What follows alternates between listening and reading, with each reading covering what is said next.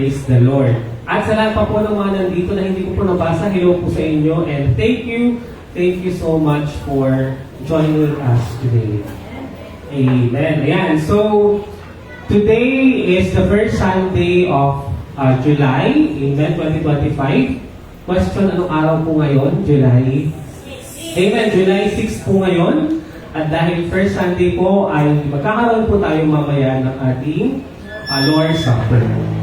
Yan, so, praise God dahil pagpapatuloy po natin ang ating pag-aaral patungkol po sa ating series about how to glorify God o yung pagkakaroon po ng purpose ang ating buhay.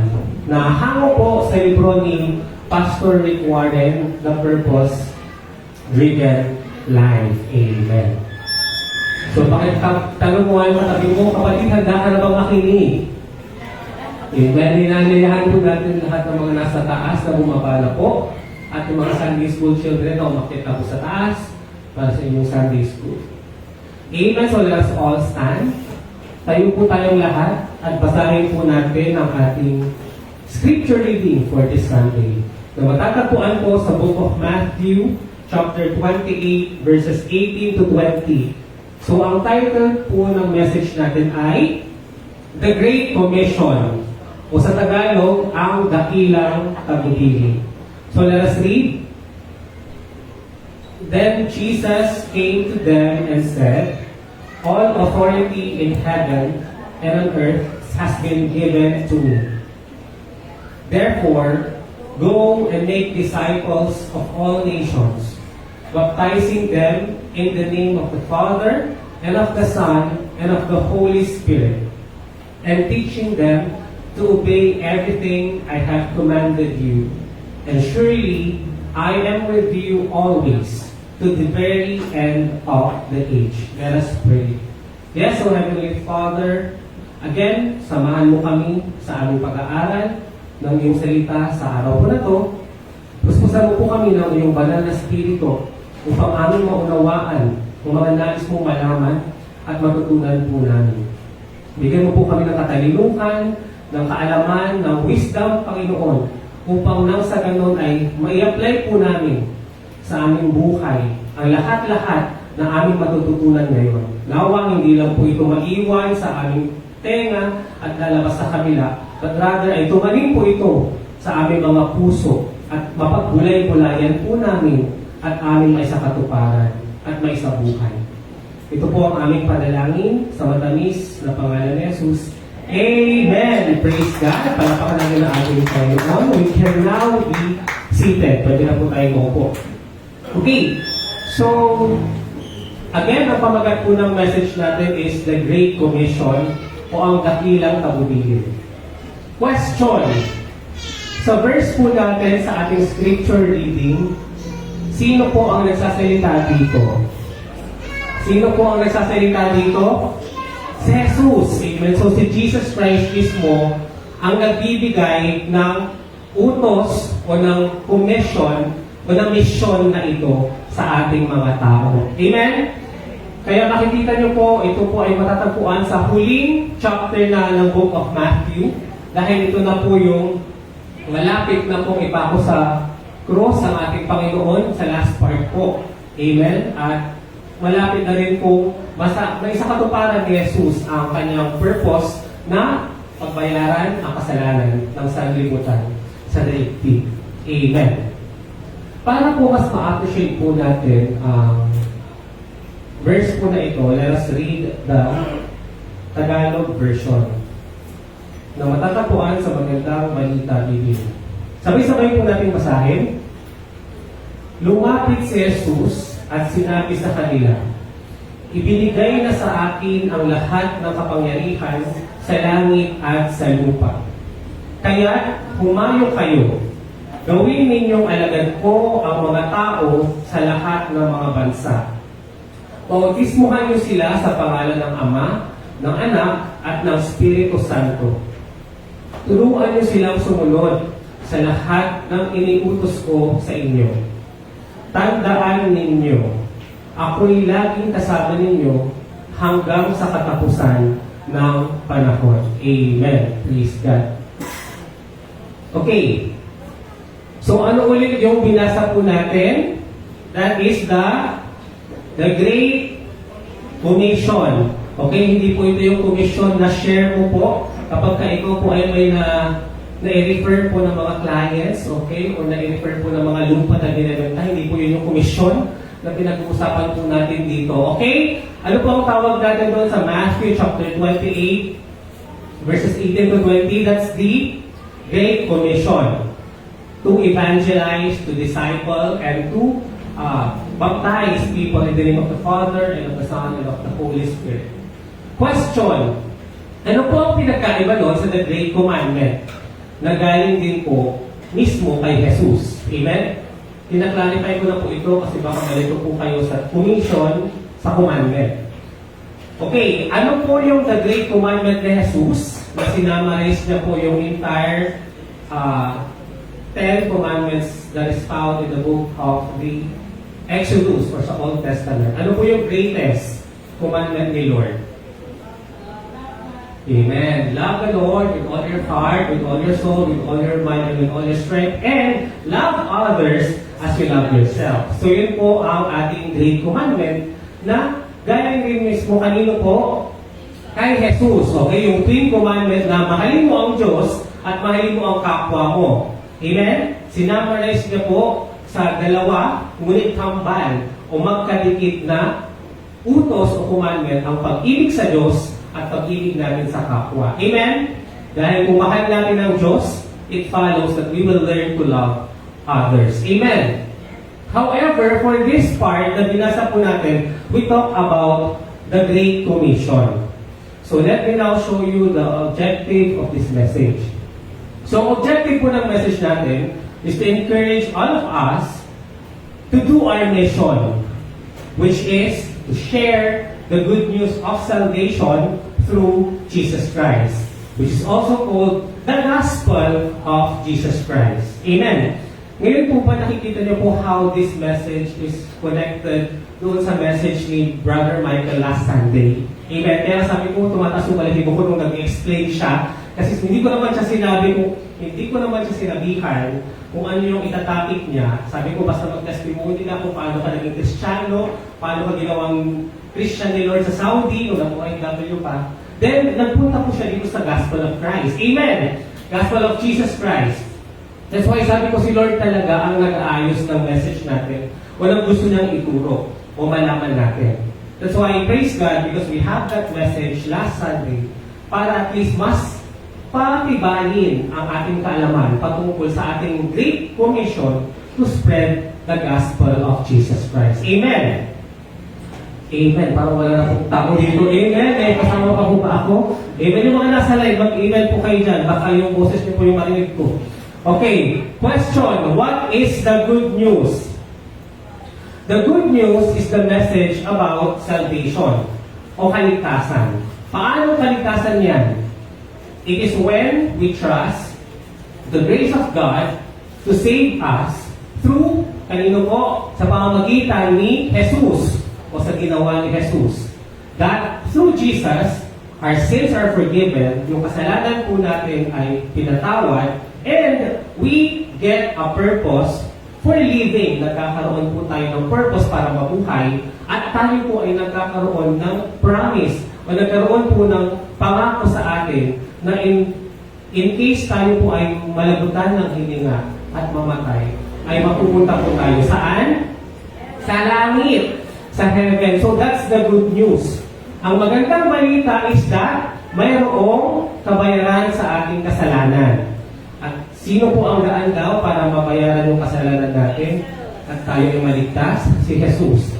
At tayo ay magkakaroon ng purpose to live at magkakaroon tayo ng eternal life o ng kasiguraduhan na sa langit tayo mapupunta. Amen! So this is the good news.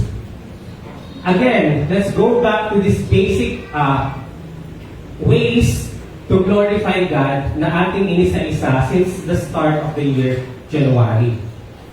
Again, ano po ang purpose natin sa buhay na sinimulan natin noong January? Ano po ba ang purpose natin? Bakit tayo naligtas? Bakit po ba tayo binuo ng Diyos Ano po ba yung purpose ni Lord? We are created to glorify God. Amen. That's our main purpose, to glorify God. Amen. And in glorifying God, nag-enumerate po tayo ng 5 specific ways to glorify o maluwalhati si Jesus sa buhay natin. Ano po yung number 1? Worship, or by worshiping Him. Second, loving other believers. Para mas madali natin itong maalala, we could use the word fellowship. Amen? Fellowship, kasi ibig sabihin, hindi po dapat natin ina-isolate yung sarili natin, but rather, nakikipag-fellowship tayo sa kapwa mananampalataya natin. Kaya nga, loving other believers. Malinaw po, ano una yung number 1 to glorify God? Worship. Kaya dyan natin napag-aralan yung prayer, yung fasting, yung Holy Spirit, ganoon po. Second, ano po yung term natin for number 2? Para mas madaling maalala? Fellowship. Okay, number 3, by becoming like Christ, para maging kawangis ni Kristo. For this third purpose, para mas madaling maalala natin to, ang gagamitin natin term ay, ano po, sa tingin nyo? May a suggestion. Discipleship. Praise God. Basta si Pastor praise God. Si Brother Ryan.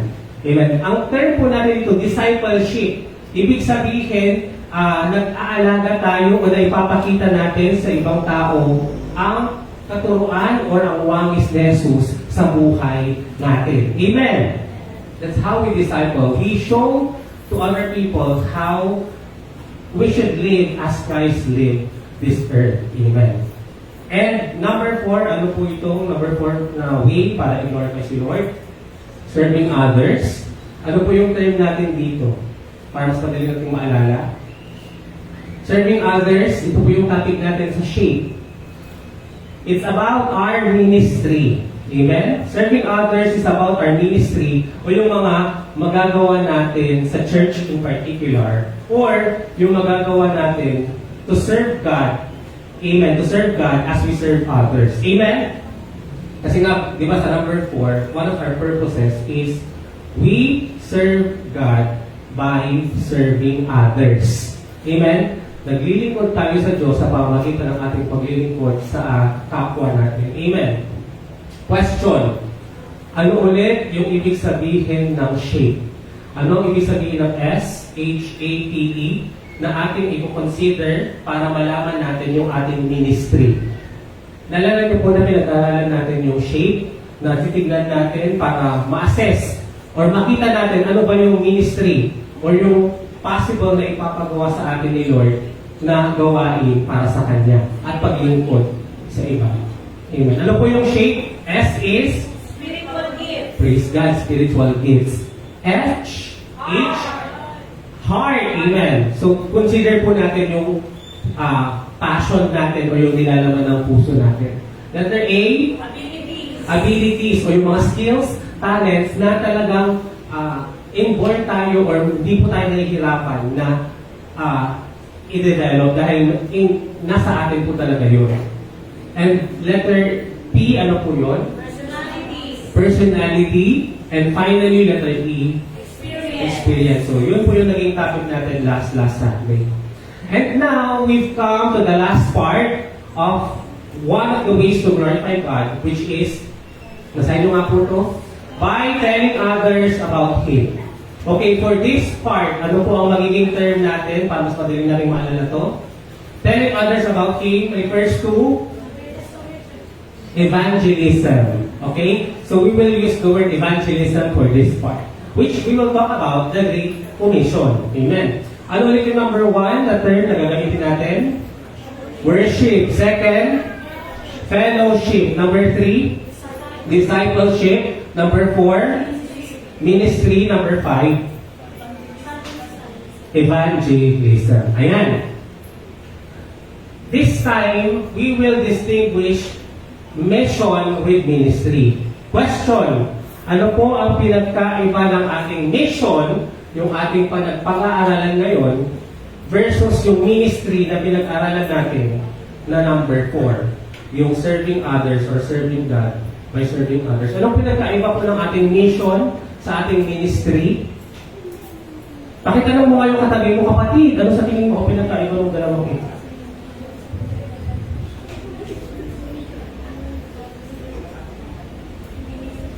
Sabihin mo ako, mission. Next, sabihin niyo po, ministry. May pinagkaiba po kaya sila? Maliban, ano po pinagkaiba sa spelling? Napakagaling talaga natin sa ganyan, no? Okay, maliban po sa spelling, ano pa po yung pinagkaiba nila? Paano po sila nag-start sa letter? Ayan, praise God. Okay, iba po yung purpose nila. Okay, when we say ministry, this is our service to God by serving others. Nalala niyo po yung definition na ito? It is our service to God or yung paraan natin para maglingkod sa Diyos sa pamamagitan ng paglingkod sa ibang tao. That's our ministry. Yung mga gawain natin sa church in particular or sa ating mga fellow believers. Amen. Question, ano naman ang ibig sabihin ng ating mission? To simplify, when we say mission, it refers to our fifth purpose, which is to tell others about Jesus Christ. Amen. So nakita niyo po yung pagkakaiba. Dito po, ipapasok po natin yung ating shape. Ano ulit yung shape? Spiritual gifts, heart, abilities, personality, experience. Para malaman mo yung ministry mo. Amen. Sa last part, napakalinaw po, ang mission natin ay ipakilala si Jesus sa iba para sila po ay magkaroon din po ng buhay na walang hanggan sa langit. Amen. Because not everyone will go to heaven. And that's the saddest truth. Amen. Okay. Ulitin ko po itong mission, telling others about Jesus Christ. Question, ano po ang mission ng ating church? Yung binabasa po natin every last part ng service, our mission, our mission is to proclaim God's amazing grace to one and all, live the new life, and lead others to become channels of Christ's love. Ayan. Babalik po ako dito sa mission. Ang mission po natin is to tell others about Jesus. Ayan. Dahil po tayo po ay nag-Bible schooling nga po, no? I was struck by this question because I have a different perspective. The question is, na gusto ko rin tanungin sa inyo. Question, tanungin niyo yung katabi niyo. Kapag daw ba ang tao ay naisulat ang kanyang pangalan sa aklat ng buhay, pwede pa ba ito mawala? Pwede pa daw ba ito matanggal? Tanungin niyo kayo katabi niyo, kapag for example, yung pangalan mo daw ay nasulat na raw sa Book of Life, ibig sabihin, safe ka na, sa langit ka na mapupunta. Tanong, pwede pa daw ba ito mawala o ma-erase? Yung tinanong sa amin sa Bible School. What's your question and what's your answer? Sino po nagsasabi na pwede pa matanggal? Pakitaas na po yung kamay. Praise God. Sino po nagsabi hindi na? Kasi naisulat na siya. Praise God. You know what? The answer po ng bishop po dito is pwede pa daw. Pwede pa daw. At ifinash po yung mga verses sa Exodus, sa Psalms, sa Revelation, tapos other verses pa po. Which I have a different point of view. Amen? Kaya nga po, this is what I fear about entering Bible school. Kasi sometimes, kaya ako natatakot pumasok ng Bible school kasi ayaw ko na binabox po ako. Amen? Ayaw ko po na binabox po ako to the point na hindi na po nagmamalikas yung Holy Spirit because sometimes we are taught by what the others are teaching us and hindi tayo nakakapag-pray kasi si Lord talaga sumasagot yan sa mga tanong natin. Amen? So here's my sagot doon. Kasi to tell you honestly, ako personally, for me, huwag niyo po ako i-quote, hindi po ito ang stand ng AGC. Personally ko lang po ito, the views and opinions of the pastors, necessarily the views and opinions of the entire church. Okay. Ako po kasi personally, ano ba? Kasi habang papunta po tayo, dito nagpipray po ako, paano ko sasabihin sa church? Sabi ko, kasi nagulat po ako. To tell you honestly, my original belief is that hindi na siya ma-erase. Amen. Bakit po? Kasi sabi ko, kung naisulat na yan sa Book of Life, it means talagang tumanggap yan ng totoo. Amen, genuine yan. At ang naisip ko, kung na-erase yung pangalan niya sa Book of Life, ibig sabihin hindi totoo yung kanyang pagtanggap. Amen? Although they say na kaya daw na-erase pa yung pangalan natin sa Book of Life because there's a tendency na yung tao na yan na tumanggap kay Jesus ay eventually i-rebuke niya si Jesus. For example, pupunta siya ng ibang religion, magiging Muslim siya, for example, tapos si Ana na yung Diyos niya. Parang ganun, yun daw na parang, there's a tendency for that person na, oo, naliwanagan siya about salvation through Jesus Christ, pero may point yan sa buhay niya na hindi talaga siya nabago kasi ulitin niya lang din daw yung kasalanan niya, parang hindi rin talaga siya wholeheartedly nag-repent at genuinely in-accept si Lord God. Amen! Ako po kasi, ang stand ko lagi, kapag may ganong tanong, yung tinanong ko sa inyo kung erase ba yung pangalan natin sa Book of Life, my answer will always be, ano ba ang sabi ni Jesus? Ano ba ang sabi ni Jesus? Kasi kapag may mga ganitong question at conflicting po ang sinasabi ng Old Testament with the New Testament, I always look into what Jesus said. Ano ang sinabi ni Jesus? So when they flash those verses na nagsasabi na na-erase yung pangalan ng tao sa Book of Life, ang mga nakakote po kasi Psalms, Exodus, puro Old Testament. Except yung sa Revelation na hindi si Jesus naman na nagsabi doon. Pero si Jesus wala siyang specific na sinasabi na ma-erase. Amen? Kaya nung research ko siya kay ChatGPT, nag-research ko sa Google, kaya sabi niya there are two views about this question and it varies po how the people interpret these Bible verses na nagsasabi about yung pag-erase or pagwala ng pangalan natin sa Book of Life. Amen? Okay.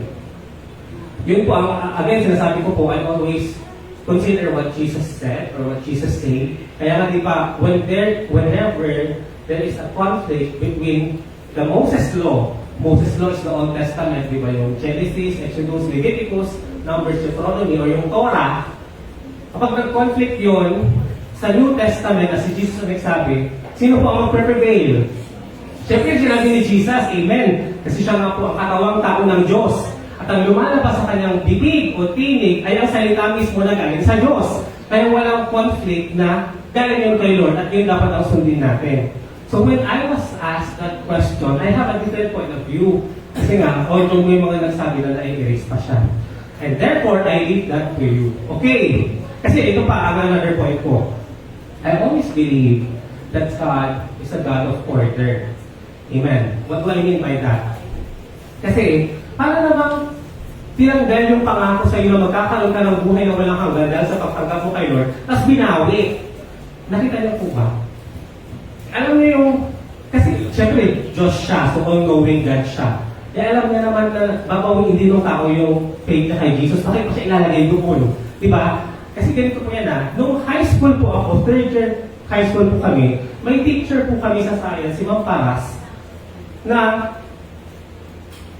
erasures are considered wrong. Okay? In other words, kapag mag-exam po kami, identification, once na nag-erase ka, for example, naisulat mo yung tamang maling sagot, tapos in-erase mo siya, ilalagay mo yung tama. Kahit naisulat mo yung tama, wrong pa din yung sagot mo, kasi nag-erase ka. Na-experience nyo ba yun? Kasi na-experience ko yun sa City High, nung high school kami kay Madam Paras. Basta pag erasure na yan, kahit tama yung sinulat mo, mali na siya. So yun ang naisip ko na, pwede ba yun na magkakamali si Lord sa Book of Life na inilagay yung pangalan sa papawiin din. Amen! Kaya nagkakaroon din ng conflict about dun sa once save, always save. Ayan, kaya yun yung sinasabi na hindi siya automatic na naligtas. Kasi nga sa akin personally, kung hindi talaga yan automatic, hindi talaga siya naligtas, at talagang ma-erase pa yung pangalan sa Book of Life, ang naiisip ko talaga dyan is that hindi talaga siya possible na born again. Amen! Yun ang aking stand po. And again, I will leave that to you. And I encourage you to enroll sa Bible School para makapag-recite kayo at masagot ko yung mga ganong tanong. Okay. Praise God. Okay.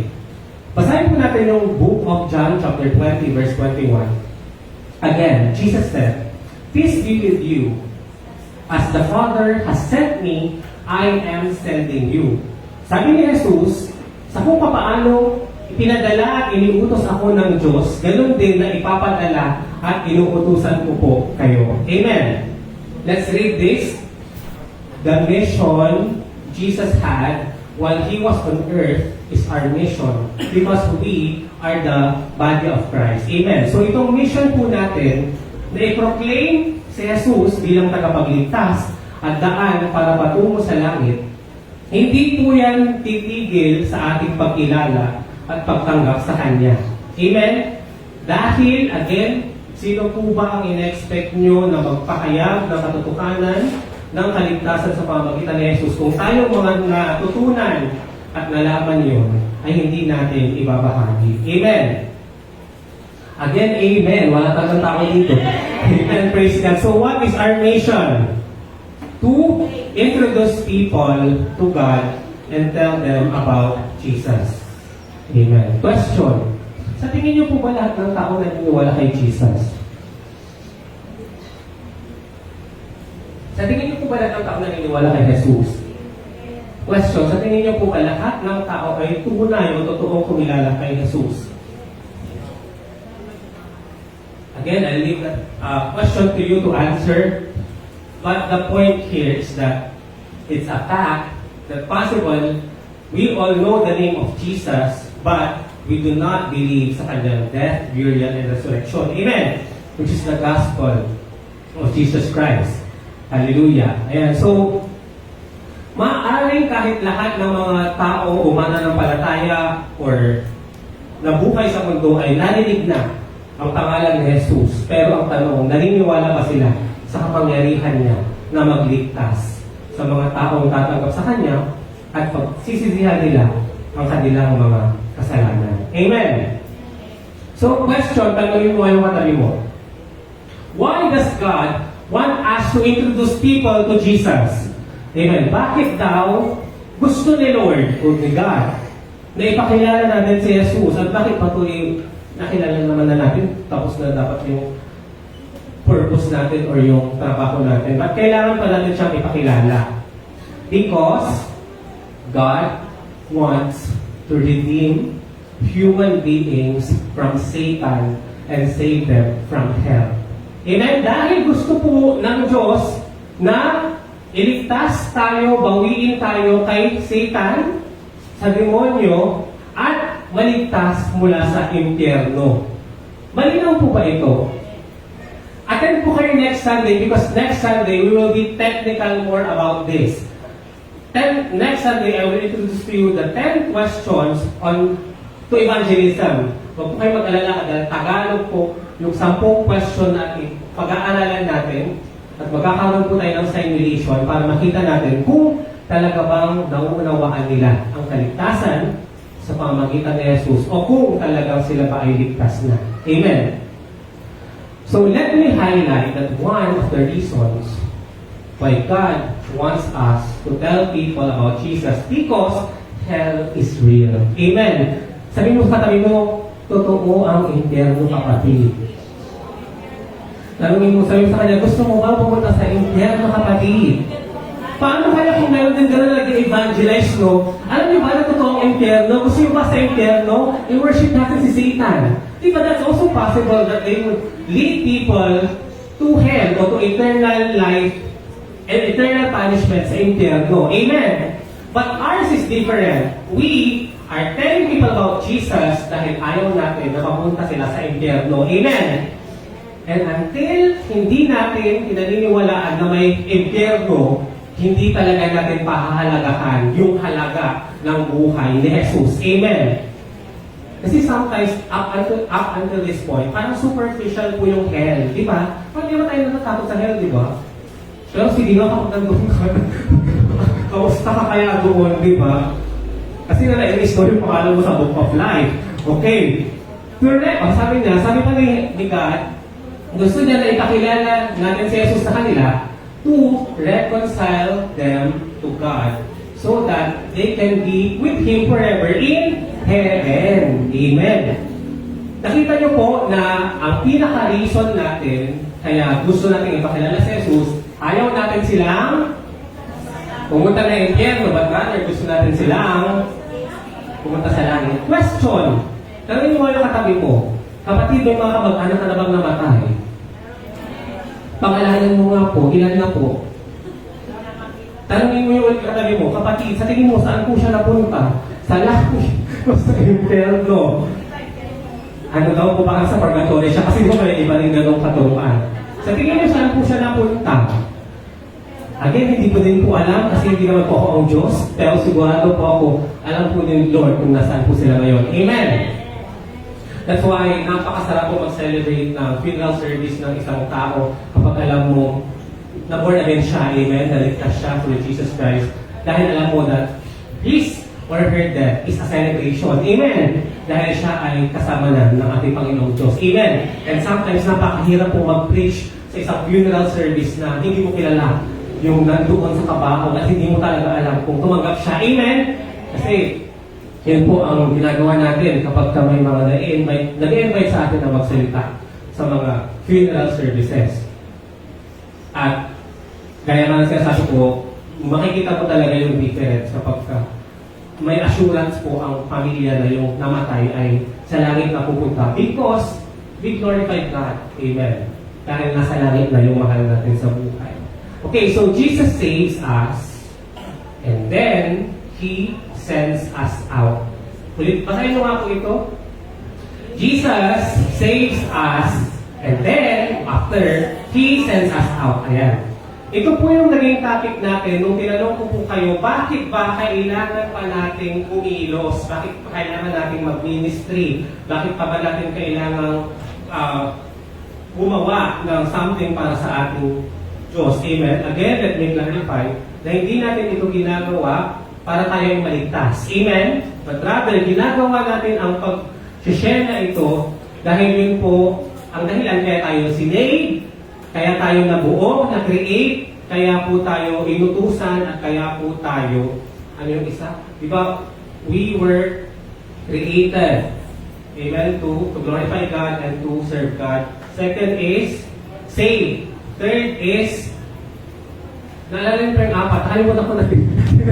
Ano po yung una? Kasi una is save. Pangalawa, created. Mali. Created yung una. Pangalawa, save. Pangatlo, nakakalimutan ko yung pangatlo. Ano yung pangatlo? Commanded, di ba? Called. Okay. Tinawag. So yung pang-apat is pangatlo is called, pang-apat is commanded. Ayan. The importance of our mission. Pakibasa nga po natin ito. Number 1,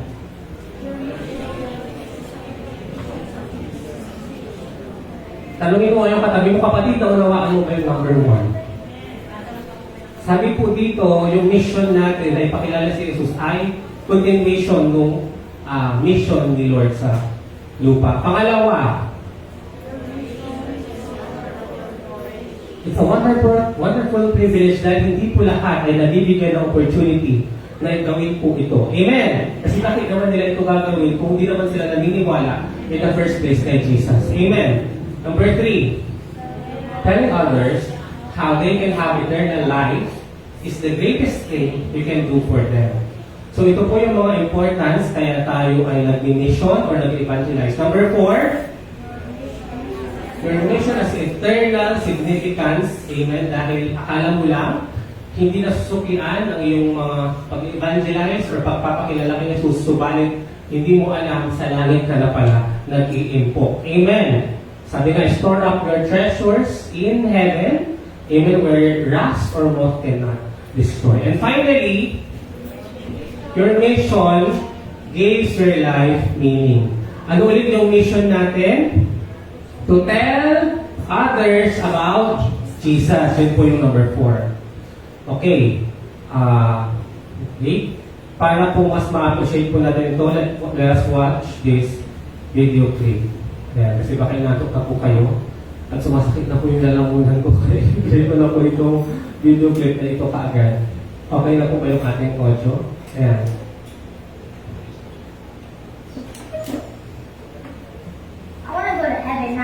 Oh wow, look at that. You got a cross there. Yeah, we definitely don't want to go to hell. I agree. We want to go to heaven. It's a Bible.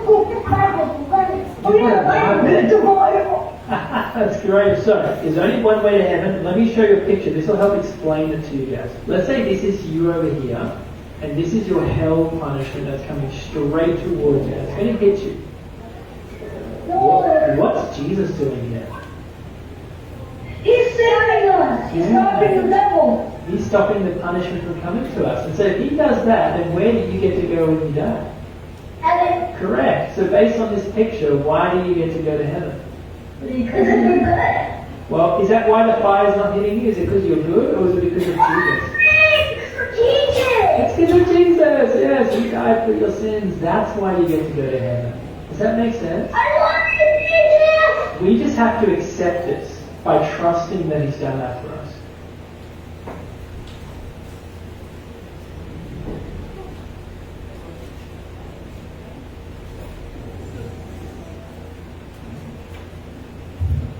Praise God, kaya so hindi ko po kilala itong lalaking ito, pero he evangelized or siya po ay nag-preach about Jesus Christ through this online platform. Ayan, di ba usually this is a dating platform, amen? Usually dito nakikipag-date. Sino po ang muna nasa ganitong app? Amen. But dito, ginagawa niya, nag-evangelize siya. Amen. Okay, so let's start with number 1. Babalik po tayo doon sa kaninang topic natin. Ayan. Ano po ulit? Your mission is a continuation of Jesus' mission on earth. Let's read this. Matthew chapter 28, again, verse 19 to 20, pakilakasan. In the Great Commission, Jesus said, "Go to the people of all nations and make them my disciples, baptize them in the name of the Father, the Son, the Holy Spirit, and teach them to do everything I have told you." Ayan. The commission was given to every follower of Jesus. It is not only mandated for pastors, ministry leaders, and missionaries. Hindi lang po dapat mga pastor, mga missionaries, o mga ministro ang gumagawa po nito. Amen! It's our, ilalagay ko po dito, yung next point. These words of Jesus are not the great suggestion. Basahin mo nga po yung ulit. The words of Jesus are not the great suggestion, but rather, if you are part of God's family, your mission is mandatory. Okay, so this is not a great suggestion, but rather, the Great Commission, which is mandatory sa ating mga tinawag ng Diyos. At amen! Pero hindi ko po sinasabi na kailangan natin itong gawin para tayo po ay masave. Amen? Kasi baka na naman po isipin natin, kailangan natin mag-evangelize or mag-mission sa ibang bansa sa Africa para maligtas po tayo. Hindi po. Amen? Ang pag-mission po natin ay isa sa mga purpose natin. Kaya tayo naligtas, nilikha, inutusan at tinawag ng Diyos. Amen? Praise God. Basahin nga po natin ito. God holds you responsible for the people around you. Pakisabi po yan sa katabi mo. Responsible ka sa mga tao na nasa paligid mo. Question, sino may mga kasama niyo po sa bahay? Pakisabi mo nga po. Ilan po ba kayo sa bahay? 7 kayo. Sino may mga nakatira sa bahay niyo? In other words, responsible po tayo sa kanila. Not just sa love, sa ating pag-aaral ng mabuti or sa paggawa ng gawain bahay, but rather, tayo po ay responsible sa kaligtasan ng kanilang kaluluwa. Amen! Lalo na alam mo, ang dahilan kaya ka naligtas sa impyerno. Amen! At hindi lang dapat ikaw ang maligtas. Amen. Parang nakakalungkot naman siguro na mamamatay yung kasama mo sa bahay, tapos hindi ka man sure kung sa langit pa siya mapupunta. Amen! Na-imagine niyo ba yun na parang namatay sila dito, parang hindi naman naboragin yun. Di ba parang we'll have that kaisipan na parang nasa langit kaya siya? Meron. Tapos may isip pa natin, nagpaparamdam siya. Di ba? Kasi naniniwala ako na kapag kayong kaluluwa ay nasa langit, hindi po yan nagpaparamdam. Tawag ko po sa inyo kung nagparamdam po yung mga kamag-anak kong namatay. Amen. Praise God.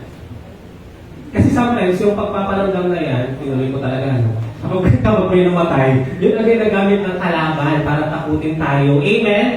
The enemy po ang gumagawa ng hindi po yung namatay, hindi po yung kaluluwa.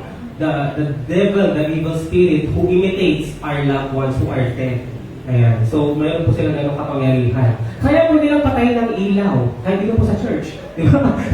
Kaya po nilang paligid na mayroon kunyari nagdala sa hagdanan. At kaya po nila kailangan biglang bubuksan po yung electric fan. Amen. At kung mayroon pong fear, ibig sabihin, hindi po yun galing kay Lord. Amen. Pero kung bukas yung electric fan na naiinitan ka, wow, praise God, pinapalamig ka ni Lord. Amen. Praise God.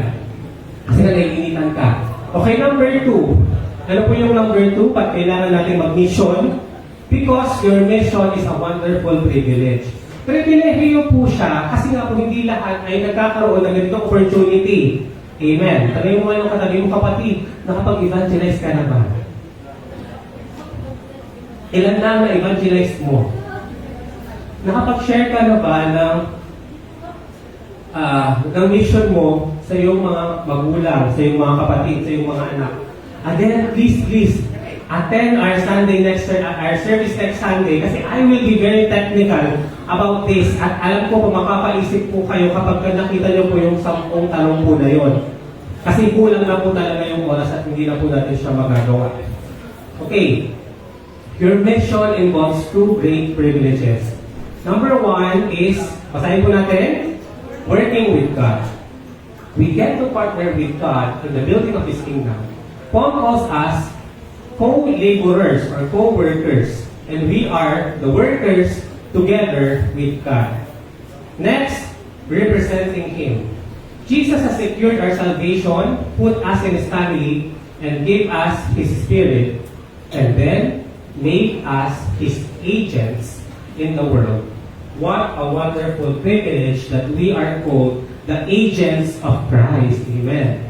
Kasi naalala ko si Gab, kaya raw siya nag-law school ngayon kasi gusto niya maging NBI agent. Kasi meron po akong kaibigan na lawyer po siya sa NBI, hello Attorney Gid, shout out sa iyo. At doon po siya nag-push through si Gab kasi nag-law school siya ngayon at gusto niya maging NBI agent. Gusto mo ba maging NBI lawyer? Okay, good luck sa iyo. Okay, so 2 Corinthians chapter 5 verse 20. Basahin po natin. The Bible says, we are Christ's representatives. God uses us to persuade men and women to drop their differences and enter into God's work of making things right between them.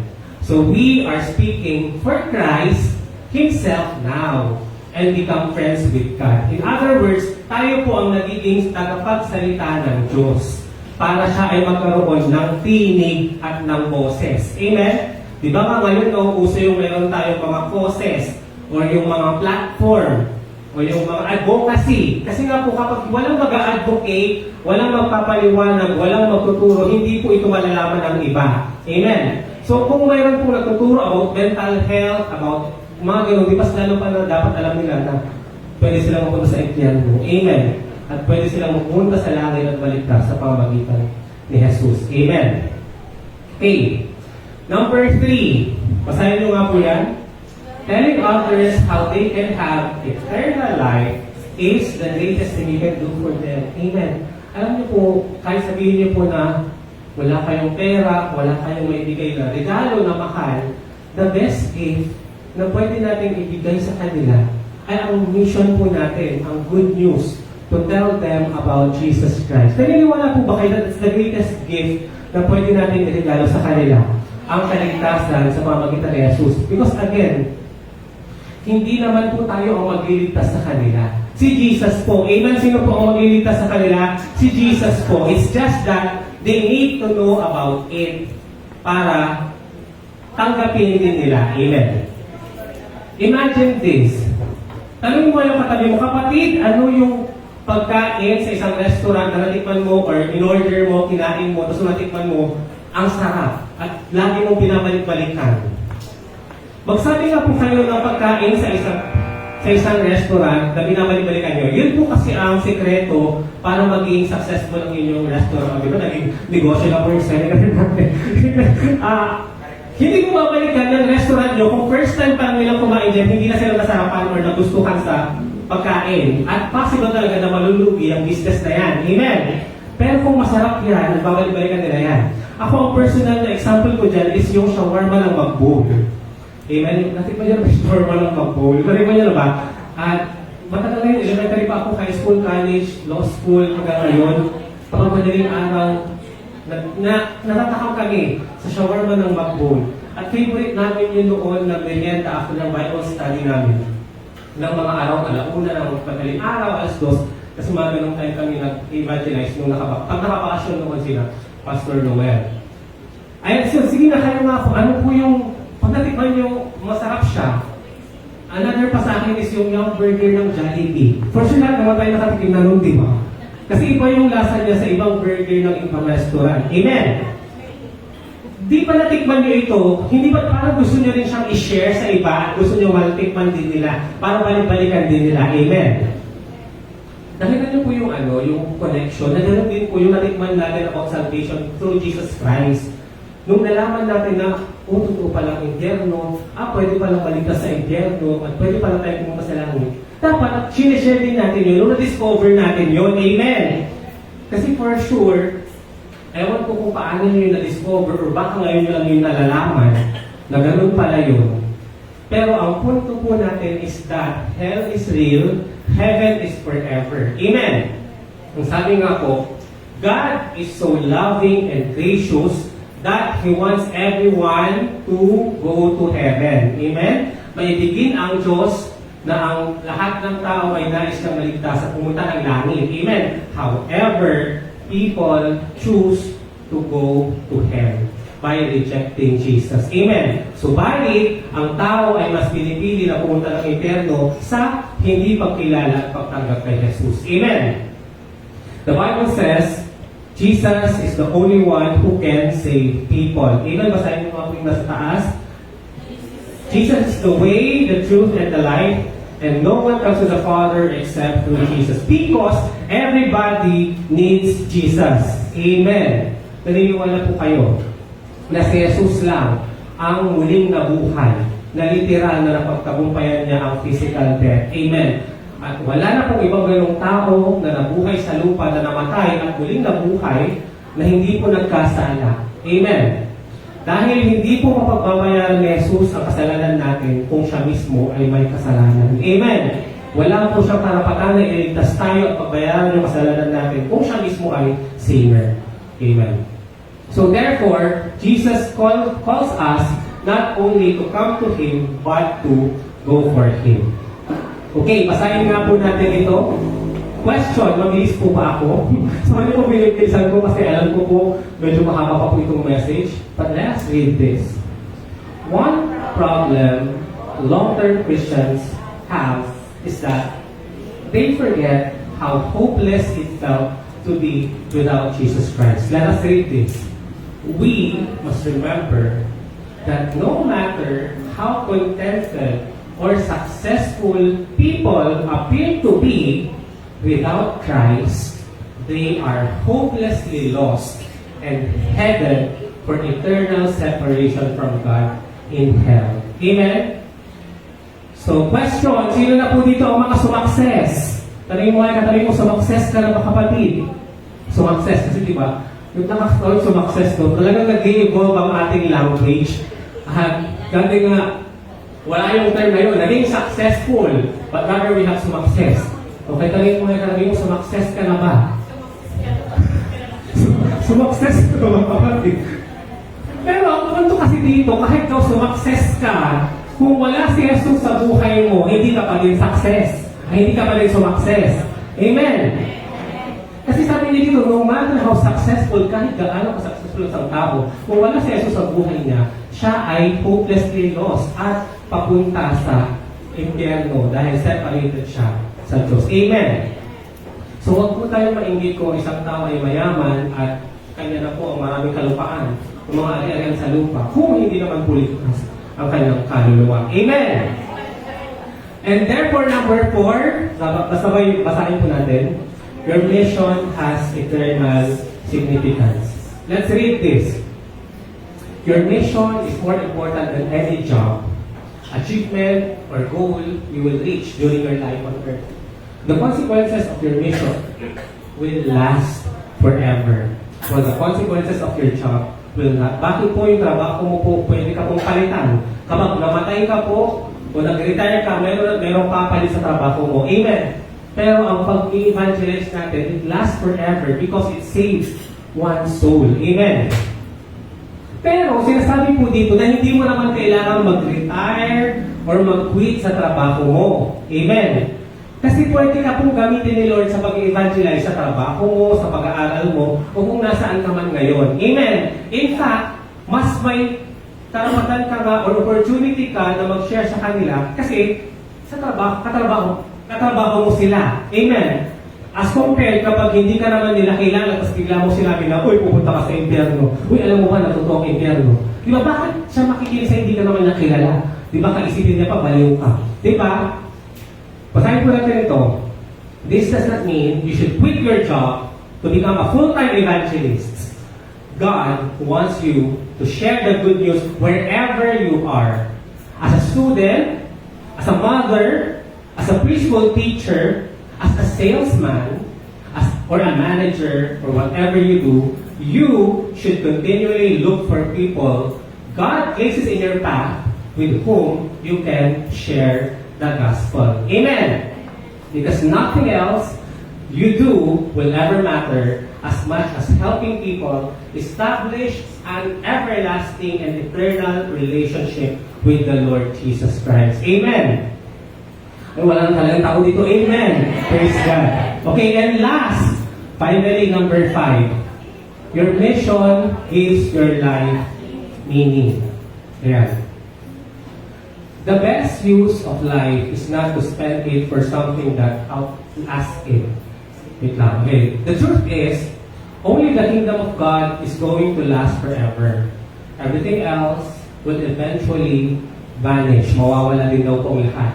That is why we must live lives committed to worship, fellowship, spiritual growth, ministry, and fulfilling our mission on earth. Yan po yung 5 ways to glorify God. So the results of these activities will last forever. Kaya nga po sabi sa Matthew chapter 6 verse 20, basahin po natin. Store up your treasures in heaven where moths and rust cannot destroy and thieves cannot break or steal. Amen. Praise God. Ayan. So basahin po natin yung sa book of Acts chapter 20 verse 24. Let's read this 1 to 3 go. Subalit, walang halaga sa akin ang aking buhay. Magawa ko lamang ang aking tungkulin at matapos ang gawain ibinibigay sa akin ng Panginoong Jesus. At ito ay ang pagpapahayag ng magandang balita tungkol sa kagandahang loob ng Diyos para sa tao. Amen. That's why alam niyo po na touch talaga ako ng message si Sister Laila. Kasi nag-message si Sister Laila, tapos sabi niya na magkakaroon daw ng evangelism, na pinagpipray daw natin yung paggamit ni Lord kay Nanay Agnes at sa mga mission point leaders to introduce people to our brethren na hindi po nakaka-attend sa church po. Particularly yung mga taong nasa mga mission point po natin. Amen! Okay, so again, we will watch a video clip. Ayan, ito po ay si Charlie. Isa po siyang PBB finalist, PBB housemates. So yan, medyo popular po siya kasi na-expose po siya sa television, sa internet, by being one of the PBB. And I believe kagabi yung announcement. At natalo sila. Okay, hindi po pa nanonood. Pero madalas po siya lumabas sa ating feed sa Facebook. At natouch po talaga ako nung nakita ko itong video clip na to. Just a short testimony. To tell you honestly, before ko po nahanap sa Facebook yung video clip kanina, tsaka ito, nag-research po ako sa YouTube ng mga short video clip paano mag-evangelize. At wala po talaga akong makita na patok sa atin or alam kong tatama sa sa taste nyo or sa kiliti nyo. Up until, nung nag-browse na ako ng Facebook, nakita ko itong mga video clips na ito. And I chose these two. Ayan, so let's watch this video clip. Pakilakasan po, brother niya.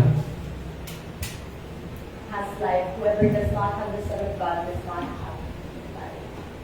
And 11 pa, dagdag natin. This is the testimony that God gave us eternal life, and this life is in His Son. Whoever has the Son has life. Whoever does not have the Son of God does not have life. Super basic. The testimony, you guys know the testimony. When we think of eternal life, what do we think of? Heaven. Where do you guys know what we do in heaven? No. So, we have Jesus Christ, we have eternal life, eternal life, which is heaven. But what we do actually in heaven, what do we actually do in heaven? To answer your question, we praise God, we love God, we learn about Him every day, and we rest in God. So in God, in heaven kasi, you're separated from sin. So that's the best part talaga. That's the best reward we can ever get. Because sin is the only thing that separates us from God. Man, sin, God, diba? So whenever we sin, we're constantly praising Him, loving Him, learning about Him, and stressing in Him. Pero ang tanong is, are you guys doing all of that on earth? Are you guys living life excited to go to Him? Are you living life every single day, praising God, loving God, and acknowledging Him, resting in Him? And if you're not living everyday life like that, then what makes you think that? So what makes you think that you're gonna enjoy heaven? If you're not loving God every day, praising God every day, praying to Him, acknowledging Him, resting in Him, what makes you think you're gonna enjoy going to heaven? What makes you think you're gonna enjoy the eternal life that Jesus gave us? Ayan, praise God. So, napaka-tibay po ng faith ng mga ganitong very vocal about their faith kay Jesus. Amen. Not everyone is this bold enough to preach this. The question is, kaya nyo ba yan gawin sa classroom setting nyo? Kaya nyo ba yan gawin sa inyong workplace? Amen? At ito, national television po ito. May mga napanood na rin ako na ganito noon, yung time ni Alex Gonzaga. She was the one conducting Bible studies sa ganitong PBB. And therefore, natatouch talaga ako pag may mga ganitong mga Christian na nai-involve sa mga ganitong napakalaking event na maraming audience because nagagamit nila yung opportunity to share the good news of salvation through Jesus Christ. Amen. So tanungin mo yung katabi mo, kapatid, handa ka na bang i-preach o evangelize ang mga mahal mo sa buhay? Handa ka na ba sa iyong mission? Excited ka ba? Gusto mo bang mag-mission? Amen. Di ba sometimes kasi iba mag-mission pa sila, pupunta ka sila ng Africa. Sana all, di ba sa Africa mag-mission? Kaso hindi po. Sabi nga, preach muna sa inyong Jerusalem. Amen. Sa Samaria and up to the ends of the earth. Unahin niyo daw yung mga taong pinakamalapit po sa inyo. Amen. So let's summarize the importance of our mission, bakit mahalaga na dapat tayo mag-mission at we have to tell others about Jesus Christ. Number one, because your mission is a continuation of Jesus' mission on earth. Second, your mission is a wonderful privilege. Pakibasa po, number 3, telling others how they can have eternal life is the greatest thing you can do for them. Number 4, your mission has eternal significance. And finally, your mission gives your life meaning. Amen? Nagkakaroon ng purpose, ng meaning ang buhay natin as we spread the good news of salvation through Jesus Christ. Naniniwala po ba kayo? So again, the message is a challenge po sa ating lahat. And I believe this is again a challenging task na ibinibigay sa atin ng Diyos because alam ko lahat po tayo or sometimes mahiyain po tayo. Or nahihiya tayo, di ba, na nasabihin si Lord kasi isipin natin, baka alam naman na yan. Kasi alam mo, maganda po ito, minsan pag one-on-one. Amen. Although maganda rin siya pag public speaking, sa mga ganito, pero kapag heart-to-heart siya, especially kapag pinapakita mo na concern ka doon sa tao at gusto mo talagang mapunta siya sa langit, alam mo yung tao na yan, hindi mo yan maluloko, alam niya kung concern ka ba talaga sa kanya or may malam mo yung sinasabi mo. Amen! Praise God! So, start looking around at your personal mission field. Pakisabi nga po yan, start looking around. Tumingin-tingin ka naman po sa iyong paligid. Ulitin po natin, start looking around at your personal mission field. Basahin po natin. There are people on this planet whom only you will be able to reach because of where you live and what God has made you to be. If just one person will be in heaven because of you, your life will have made a difference for eternity. Amen! Hindi mo alam baka ikaw na lang pala ang gagamitin ni Lord para maligtas ang kaluluwa ng taong mahal mo sa buhay. Tapos bigla siyang namatay. Hindi mo na ginrab yung opportunity. Di ba sometimes nalulungkot tayo kasi sabihin natin or nagsisisi tayo, sana nung buhay pa siya. Sinabi ko na ito sa kanya. Amen. Kasi wala na po tayong magagawa sa kaligtasan ng isang kaluluwa ng tao kapag siya po ay namatay na. Amen. Ang tanging paraan o panahon o time para tanggapin at kilalanin po si Jesus at tayo po ay magsisi sa ating mga kasalanan is only possible and applicable during our lifetime. Habang tayo ay buhay pa at may hininga pa. Amen! Praise God. Ayan. So, lights off po tayo at magkakaroon po tayo ng response song about this this message. But before that, talapakan po natin si Lord to Are we blessed? I don't know kung ano po yung nararamdaman nyo because I always say, sometimes pag tatanungin mo ang tao kung ano yung natutunan nila, they will not remember something or more, but rather they would remember how they felt nung ikaw po ay nag-preach. So I know for certain, meron po kayong nararamdaman today. Amen? And when I was thinking about a response to this message, I couldn't really find one. In fact, there's one message, there's one song that I discovered yung My Jesus. Kasi hindi ko siya key. At may ako kantahin siya. Okay, so this, ano ang kasada nung Saturday, habang kami po ay nag-video okay, nag-pop po itong song na ito. And then sabi ko, wow, God, this is really what you want to tell the people. Amen? That we have to look forward to being with Him in heaven. Amen? That this life on earth is not our final destination. Hindi po nagtatapos ang buhay or ang pag-exist natin sa mundong ito. But rather, we should look up or look forward beyond our eternal life in heaven. Amen. Praise God.